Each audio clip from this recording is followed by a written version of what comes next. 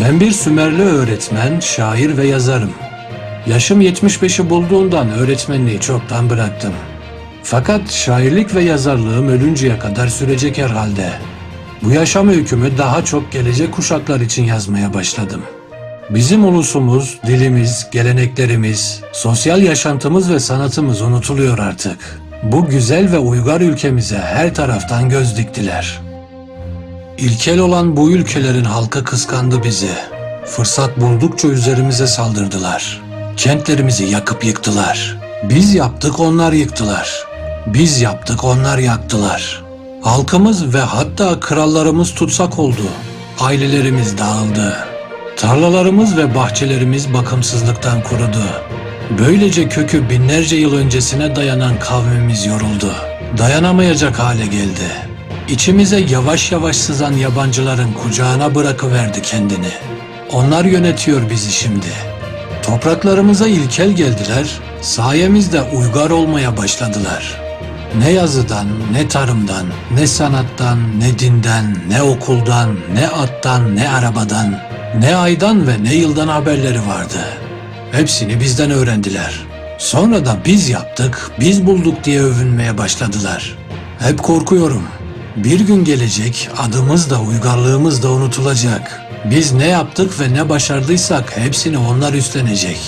Bizim uygarlığımız belki binlerce yıl sonra yaşayan insanlara da geçecek. Bizim attığımız temeller üzerine yenilerini koyacaklardır. Onlar da bizi hatırlayıp bıraktığımız kültür mirası için teşekkür edebilseler. Bu durum beni yıllardan beri üzüyordu. Ben küçük bir adamım. Bunu önlemek elimden gelmez diye yakınıyordum. Bir gün birdenbire aklıma geldi.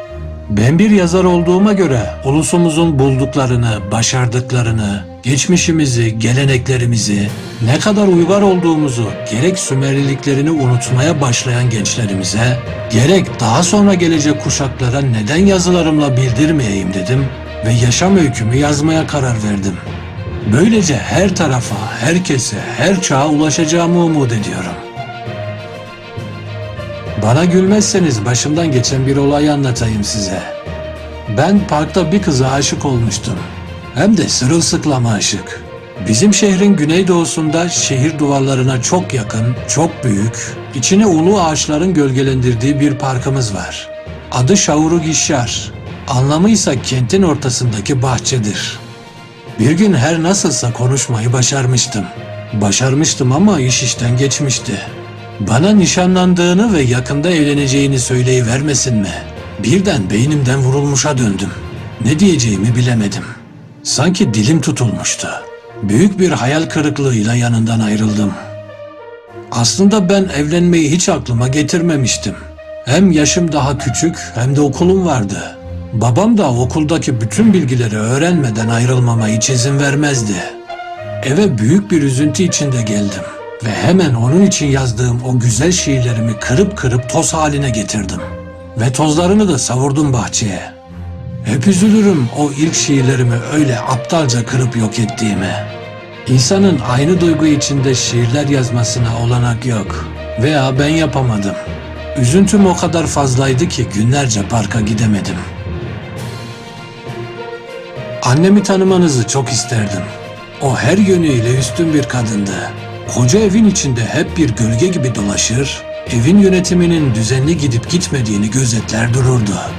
Köleler, çocuklar veya başkaları arasında ufak bir sürtüşme olsa annem onu nasıl duyardı, nasıl anlardı bilinmez. Hemen onların yanında belirir ve orada olan anlaşmazlığı derhal iyi bir sonuca bağlardı. Yaşım büyüdükçe annemi o kadar güzel bulmaya başlamıştım ki hiçbir yerde ondan güzeli yok gibi gelirdi bana. Fidan gibi bir boyu, fil dişine benzeyen bir rengi, upuzun siyah saçları vardı. Onları bazen omuzlarına düşürür, bazen de bir bağ ile tepesine toplardı. Uzun kirpik ve kocaman siyah gözlerine bakmaya dayanamazdım. Adının Satiştar olmasından zaman zaman bir Akatlı zannederlerdi. Halbuki o tam bir Sümerliydi.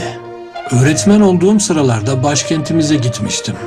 Amacım oradaki okulları, sarayı görmek, öğretmenlerle tanışmaktı. Orada kaldığım sürece hep annem aklımdaydı. Nedense onu bir daha göremeyeceğim gibi gelmişti.